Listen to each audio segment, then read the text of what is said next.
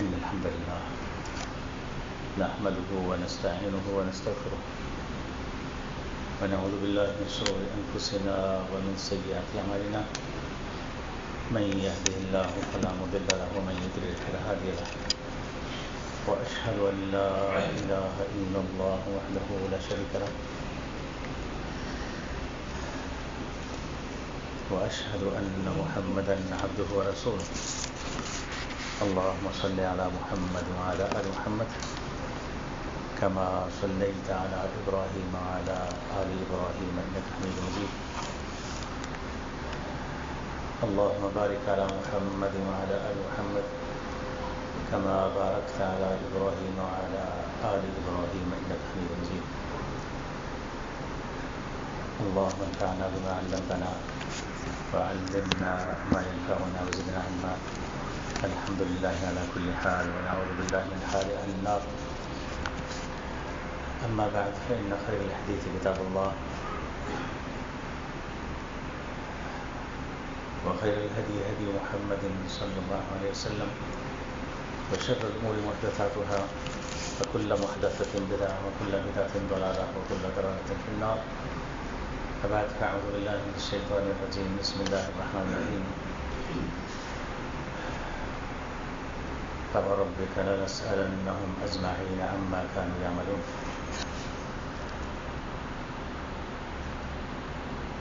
قیامت کا واقع ہونا عقلی اور نقلی دلائل کی روشنی میں ایک ثابت شدہ حقیقت ہے.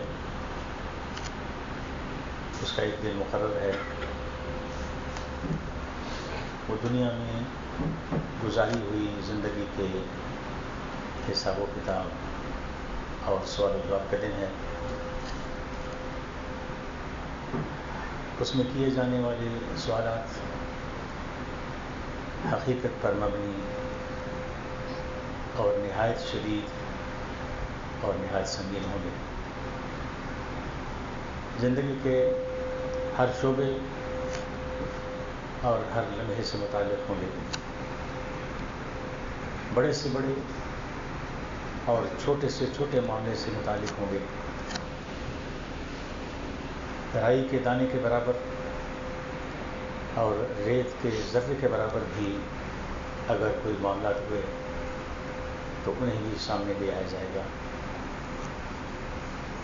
لہذا قیامت کے دن کے سوالات کا معاملہ نہایت سنجیدہ اور نہایت سنگین. ہر عقل مند انسان اس کے بارے میں ضرور فکر مند ہوتا ہے اور یقیناً ہونا بھی چاہیے کہ یہ اس کی عقل مندی کی علامت ہے اور اسی میں اس کی کامیابی کی ضمانت ہے. قیامت کے دن کے سوالات کی حقیقت اور اہمیت کو سمجھنا اور بھی آسان ہو جاتا ہے جب ہم دنیا کی زندگی میں سوال کی اہمیت کو سمجھ لیتے ہیں. اور یہ ممکن نہیں کہ کوئی شخص دنیا کی زندگی میں سوال کی اہمیت کو نہ سمجھتا ہو یا اس کا انکار کرتا ہو. دنیا کی زندگی میں سوال انسان کی ضرورت ہے. زندگی کے ہر شعبے میں ضرورت ہے اور ہر مرحلے میں ضرورت ہے. بچپن میں ضرورت ہے، لڑکپن میں ضرورت ہے، جوانی میں ضرورت ہے، ادھیڑ عمر میں ضرورت ہے اور بڑھاپے میں ضرورت ہے. دنیا میں سوال کے بغیر انسان علم کے مراحل طے نہیں کر سکتا اور ترقی کی منازل طے نہیں کر سکتا. اللہ کی پہچان نہیں کر سکتا اور اپنی ذات کی معرفت حاصل نہیں کر سکتا. کسی معاملے میں پیدا ہونے والی الجھن اور اشکال کو دور نہیں کر سکتا سوال کے بغیر اور کسی معاملے کی تفصیل نہیں جان سکتا. کسی بھی شعبے میں تحقیق نہیں کر سکتا کہ تحقیق سوال ہی تحقیق ہوتی ہے. ترقی نہیں کر سکتا. اگر سوال نہ ہو تو جواب نہیں ہوتا. نیوٹن، اگر سوال نہ ہوتا تو نیوٹن کشش ثقل کا قانون دریافت نہ کر سکتا، اور آئنسٹائن اضافیت کا قانون دریافت نہ کر پاتا. غرض کہ سوال انسان کی زندگی میں، اس کے ہر شعبے میں اس کو ضرورت ہے، اس کی بنیادی ضرورت ہے. دنیا میں سوال کی اہمیت اور ضرورت و اہمیت کو سمجھنے کے لیے اور بہت کچھ کہا جا سکتا ہے، مگر ہم اسی پر اکتفا کرتے ہوئے آخرت کے سوالات کی سنگینی کو جاننے اور سمجھنے کی کوشش کرتے ہیں کہ دنیا میں رہتے ہوئے آخرت کے سوالات وہ ہمارا سب سے بڑا اور سب سے اہم مسئلہ ہے، کہ ان سوالات سے ہمیں یوں خبردار کیا گیا ہے. آپ صلی اللہ علیہ وسلم نے فرمایا کہ من حوسب عذب، کہ جس کا حساب ہو گیا اس کو عذاب ہو گیا. اور تفصیل آپ جانتے ہیں کہ ایک بار آپ صلی اللہ علیہ وسلم نے فرمایا کہ من حوسب عذب، کہ جس سے حساب لیا گیا سمجھو کہ اس کو وہ عذاب میں مبتلا ہو گیا.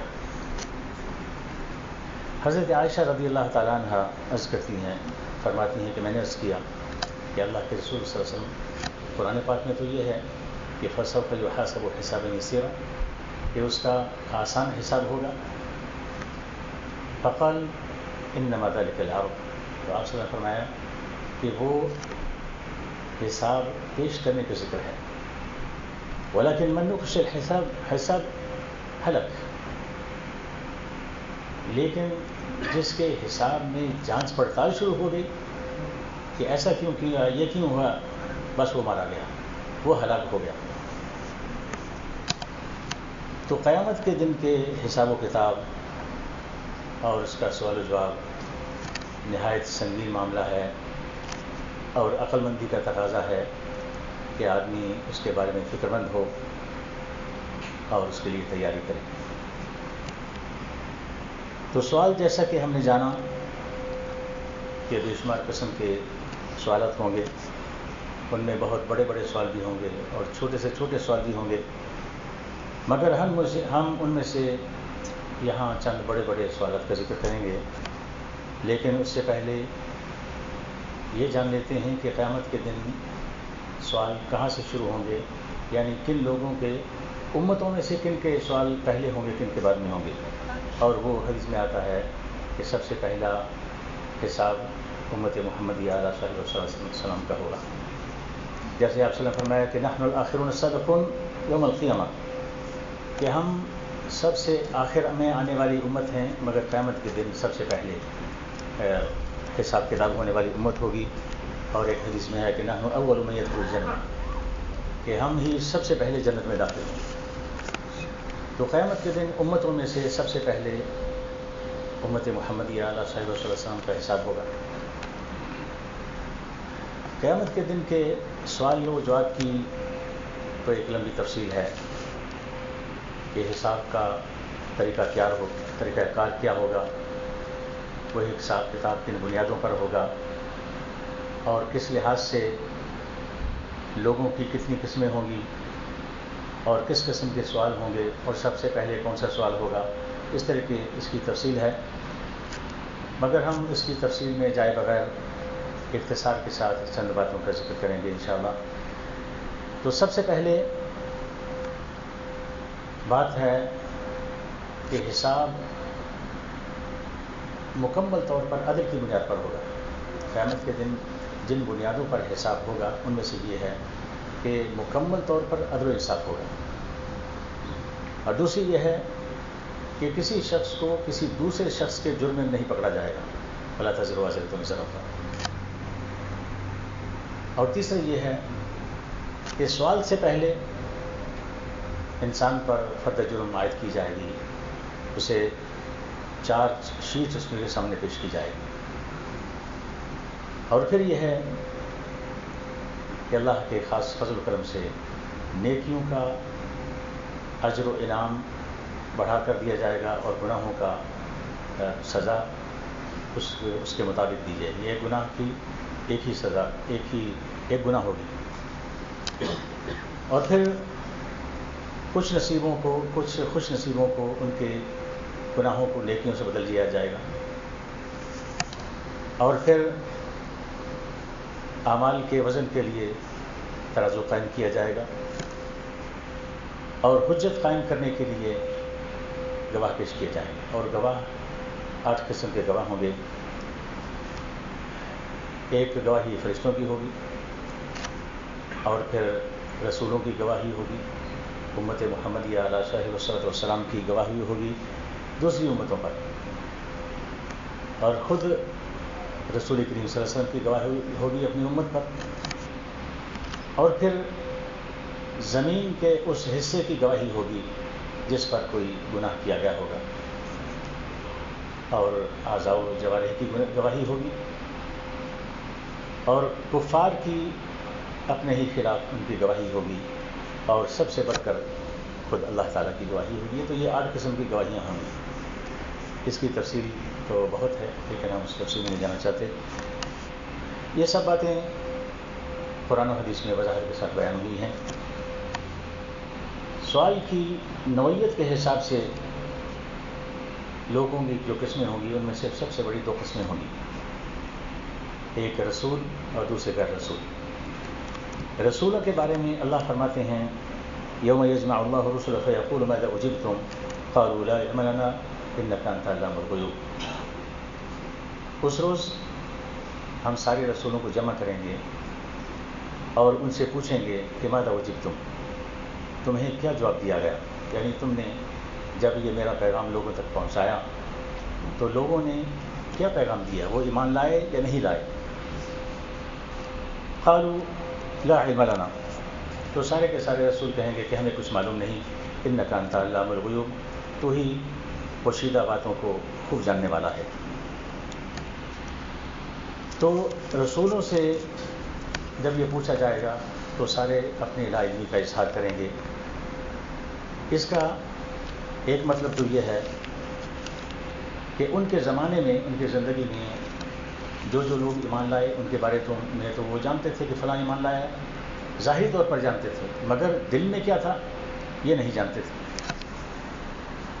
تو گویا کہ ان کا یہ کہنا ہے کہ ہم تو ان کے صرف ظاہر کو جانتے ہیں، آپ تو علام الغیوب ہیں، آپ بہتر جانتے ہیں. اور پھر یہ ہے کہ ہمارے جانے کے بعد کیا وہ اس دن پر قائم رہے یا نہیں رہے، اور پھر ہمارے جانے کے بعد کیا انہوں نے دین میں بدعتیں تو ایجاد نہیں کی جیسے کہ حدیث میں ہے، وہ بھی اس کی بھی تفصیل میں نہیں جاتے. اور دوسرا معنی یہ ہے کہ تقاضۂ ادب یہ ہے کہ اللہ کے علم کے سامنے اپنے علم کو سے انسان دستبردار ہو جائے، سر تسلیم خم کر لے. چنانچہ تمام رسولوں نے اس کا جواب اس صورت میں دیا کہ لا علم لنا، کہ ہمیں کچھ معلوم نہیں. انک انت علام الغیوب، تو پوشیدہ باتوں کو، پوشیدہ چیزوں کو خوب سمجھنے والا، جاننے والا ہے. تو پہلی قسم لوگوں کی ہے حساب کتاب کے حساب سے کہ رسول اور غیر رسول. رسولوں کا یہ معاملہ ہو گیا کہ ان کے صرف یہی حساب ہوگا، تو یہ حساب بھی نہیں، مطلب ایک اس میں بھی حکمتیں ہیں. اور پھر رسول کے علاوہ جتنے لوگ ہیں ان کی 3 قسمیں ہوں گی. ایک وہ لوگ جو بغیر حساب اور بغیر عذاب کے جنت میں جائیں گے، اور آپ جانتے ہیں، آپ نے حدیث سنی ہوگی کہ ان کی تعداد ہے 70,000، اور پھر ہر 1,000 کے ساتھ 70,000 ہوں گے. اور پھر اس پر اضافہ یہ ہوا کہ اللہ تعالیٰ اپنے 3 چلو بھر کر اللہ تعالیٰ جنت میں داخل کرے گا بغیر حساب کتاب کے. اور اللہ کے ایک چلو میں کتنے لوگ آتے ہیں یہ اللہ ہی جانتا ہے. اور دوسری قسم ان لوگوں کی ہوگی جو حساب کے بعد جنت میں داخل کیے جائیں گے، اور یہ عام مسلمان ہوں گے جن میں صغیرہ گناہوں کے مرتکب، کبیرہ گناہوں کے مرتکب بھی ہوں گے، جن کے اللہ تعالیٰ اپنے فضل و کرم سے گناہ معاف کر کے انہیں جنت میں داخل کر دے گا، یا جہنم میں ان کے گناہوں کی سزا دے کر انہیں پاک صاف کر کے پھر اللہ تعالیٰ انہیں جنت میں داخل کرے گا. یہ دو قسمیں ہوگی، اور تیسری قسم ان لوگوں کی ہوگی جو کفار و مشرکین ہوں گے، ان کا بھی حساب ہوگا، مگر صرف ڈانٹ ڈپٹ کے لیے، سرزنش کے لیے، ورنہ حقیقت میں ان کے حساب کی کوئی ضرورت نہیں، کیونکہ اگر ان کی کچھ نیکیاں ہوں گی بھی تو وہ ان کا عقیدہ خراب ہونے کی وجہ سے، ان کے کافر و مشرک ہونے کی وجہ سے وہ قبول ہی نہیں ہوں گی کہ ضائع کر دی جائیں گی۔ چنانچہ اللہ تعالیٰ نے فرمایا وَلَا نُقِيمُ لَهُمْ فَلَا نُقِيمُ لَهُمْ يَوْمَ الْقِيَامَةِ وَزْنًا، ہم ان کا کوئی وزن ہی نہیں رکھیں گے، یعنی جب کسی آدمی کے عمل کا وزن نہیں ہے تو اس کو تولنے کا فائدہ۔ تو اس لیے کفار و مشرکین کا جو حساب ہوگا تو وہ محض اس لیے سرزنش کرنے کے لیے، ڈانٹ ڈپٹ کے لیے۔ تو اب آئیے جانتے ہیں کہ کن کن شعبوں میں کس کس نوعیت کے اور انسان کے جسم کے کون کون سے اعضاء کے بارے میں پوچھ گچھ ہوگی۔ اور وہ تو سب کو معلوم ہی ہے کہ انسان کے ایک ایک عضو کے بارے میں سوال ہوگا، جیسا کہ قرآن حدیث میں مختلف مقامات پر اس کی وضاحت کی گئی ہے۔ ایک جگہ اللہ فرماتے ہیں ان السمع والبصر والفؤاد كل اولئک کان عنہ مسئولا، یقیناً آنکھ، کان اور دل سبھی کی بات پرسنی ہے۔ اور ایک جگہ فرمایا یوم تشہد علیہم السنتہم وایدیہم وارجلہم بما کانوا یعملون، اس دن ان کی اپنی زبانیں اور ان کے ہاتھ پاؤں ان کی کرتوتوں کی گواہی دیں گے۔ اسی طرح حدیث میں ہے، حضرت ابو ہریرہ رضی اللہ عنہ بیان کرتے ہیں کہ سئل رسول اللہ صلی اللہ علیہ وسلم عن اکثر ما يدخل الناس الجنہ، عن اکثر ما يدخل الناس الجنہ، کہ آپ صلی اللہ علیہ وسلم سے دریافت کیا گیا کہ کون سا عمل، کون سی چیز ایسی ہے جو سب سے زیادہ لوگوں کو جنت میں لے جانے والی ہے۔ قال تقوی اللہ وحسن الخلق، فرمایا اللہ کا تقوی اور حسن اخلاق، یہ دو چیزیں ہیں جو سب سے زیادہ لوگوں کو جنت میں لے جاتی ہیں۔ وسئل عن اکثر ما يدخل الناس النار، اور پوچھا گیا کہ کون سا ایسا عمل ہے، کون سی ایسی چیز ہے جو سب سے زیادہ لوگوں کو جہنم میں لے جاتی ہے۔ فقال الفم والفرج، فرمایا منہ اور شرمگاہ، یہ دو چیزیں ہیں، اگر آپ آدمی غور کرے تو ساری تباہی و بربادی انہیں دو چیزوں کی وجہ سے ہوتی ہے۔ اسی طرح احادیث میں قدموں کا حساب کا ذکر بھی آیا ہے کہ انسان اگر کسی نیکی کی طرف، نیکی کے کام کے لیے چل کر جاتا ہے تو اس کا اجر و ثواب ہوتا ہے، جیسے کہ فجر نمازوں کے بارے میں بھی ہے اور بھی معاملات ہیں۔ اسی طرح اگر کوئی انسان گناہ کے کام کی طرف چل کے جاتا ہے اور اگر اس کا گناہ کرنے کا ارادہ پختہ ہو، اور اس کے پھر اگر وہ گناہ میں کوئی رکاوٹ بن جائے تو اس کو گناہ پھر بھی ہوتا ہے، کیونکہ اس نے تو ارادہ ترک نہیں کیا، وہ تو اتفاق سے کوئی ایسا سبب بن گیا تو اس کا کوئی گناہ ہوتا ہے۔ سوالات کی نوعیت اور کیفیت کو مختصر کرتے ہوئے نفس سوال کی بات کرتے ہیں، تو سب سے پہلے ایک مشہور حدیث کا ذکر کرتے ہیں جو یقیناً سب نے سنی ہوگی۔ آپ صلی اللہ علیہ وسلم فرمایا لا تزول قدم عبد یوم القیامۃ حتی یسأل عن اربع، کہ کسی بندے کے دونوں قدم قیامت کے دن اپنی جگہ سے ہل نہ پائیں گے جب تک وہ چار باتوں کا جواب نہیں دے لیتا۔ عن عمرہ فیما افنی، اس کی عمر کے بارے میں سوال ہوگا کہ کس چیز میں فنا کی۔ وعن جسدہ فیما ابلی، اور اس کے جسم کے بارے میں سوال ہوگا کہ کن کاموں میں اس نے اپنے جسم کو کھپایا۔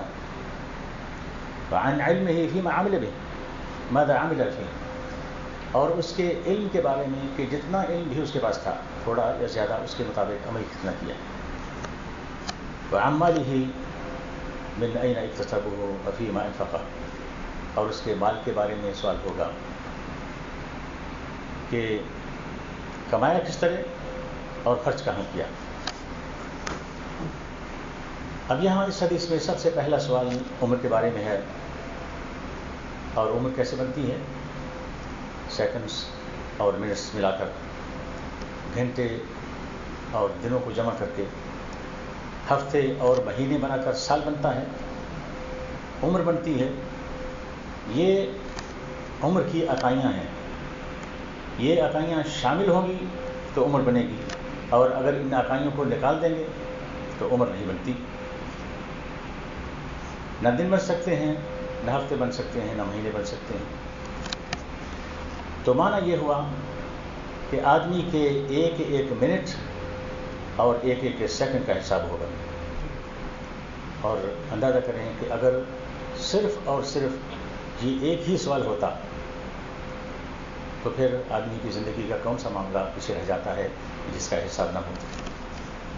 لیکن پھر بھی خصوصی طور پر ان کے علاوہ بھی حالانکہ سارے کے سارے سوال اسی ایک بات میں جاتے ہیں کہ زندگی کہاں خرچ کی، لیکن اس کے باوجود بھی خصوصی طور پر اور سوال کیے جائیں گے کہ جسم کی صلاحیتیں کن کاموں میں صرف کیں، جتنا علم اس کے پاس تھا اس کے مطابق عمل کتنا کیا. اور ایک حدیث میں خصوصی طور پر جوانی کا ذکر بھی آیا ہے.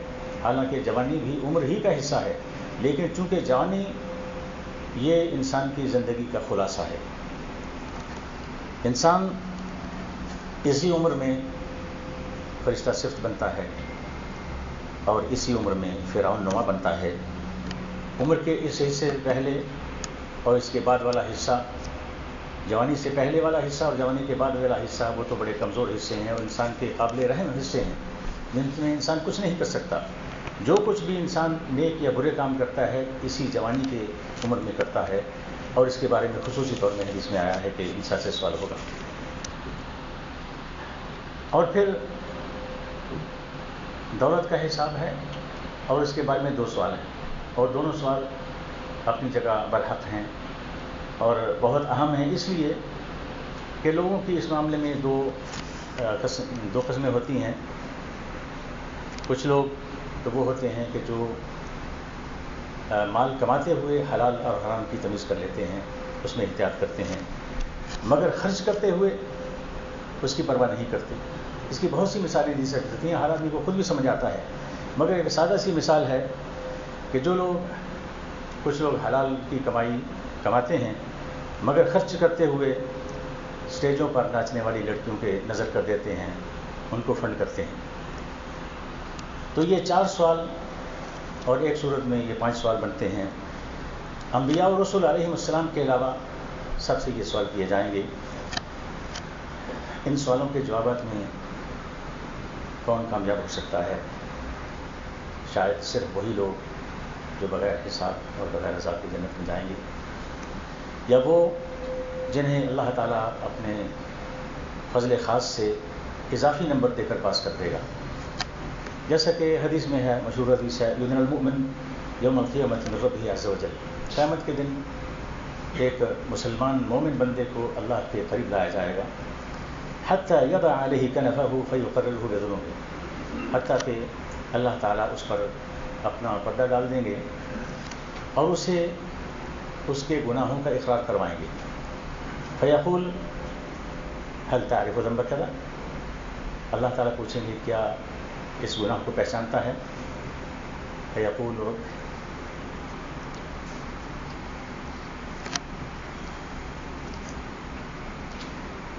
اے رب اعرف، وہ کہے گا ہاں میرے رب میں پہچانتا ہوں. قال فإني قد سترتها في الدنيا عليك في الدنيا، اللہ فرمائیں گے میں نے دنیا میں تیرے گناہوں پر پردہ ڈالے رکھا. وإني أغفرها لك اليوم، اور آج میں تجھے معاف کرتا ہوں. فيعطى صحيفة حسنات، تو اس کا نیکیوں کا صحیفہ اور اعمال نامہ اس کو دے دیا جائے گا. تو ایک طرف یہ 4 سوال ہوں گے اور دوسری طرف بہت سے چھوٹے چھوٹے سوالوں کے ساتھ کچھ بڑے بڑے سوال بھی ہوں گے، اور ان کے سر فہرست سب سے پہلا سوال نماز کے بارے میں ہوگا. جیسا کہ حدیث میں ہے آپ صلی اللہ علیہ وسلم فرمایا ان اول ما يحاسب به العبد يوم القيامة من عمله صلاته، کہ قیامت کے دن آدمی کے عملوں میں سے سب سے پہلے جو حساب ہوگا، سوال ہوگا، وہ اس کی نماز کے بارے میں ہے. فإن صلحت فقد افلح وانجح، اگر وہ نماز درست رہی تو آدمی کامیاب و کامران ہو گیا. وَإِنْ فَسَدَتْ فَقَدْ خَابَ وَخَسِرَ، اور اگر نماز خراب ہوئی تو بھی آدمی ناکام و نامراد ہوا. اب نماز درست ہونے کا معنی اور خراب ہونے کا معنی یہ ہے کہ نماز اس کی شرطوں پر ادا کی یا نہیں، اور نماز میں خشوع و خضوع تھا یا نہیں. اور پھر فرمایا فَإِنْ انْتَقَصَ مِنْ فِرْيَتِهِ شَيْءٌ قال الرب عز وجل انظروا هل لعبد من تطوع.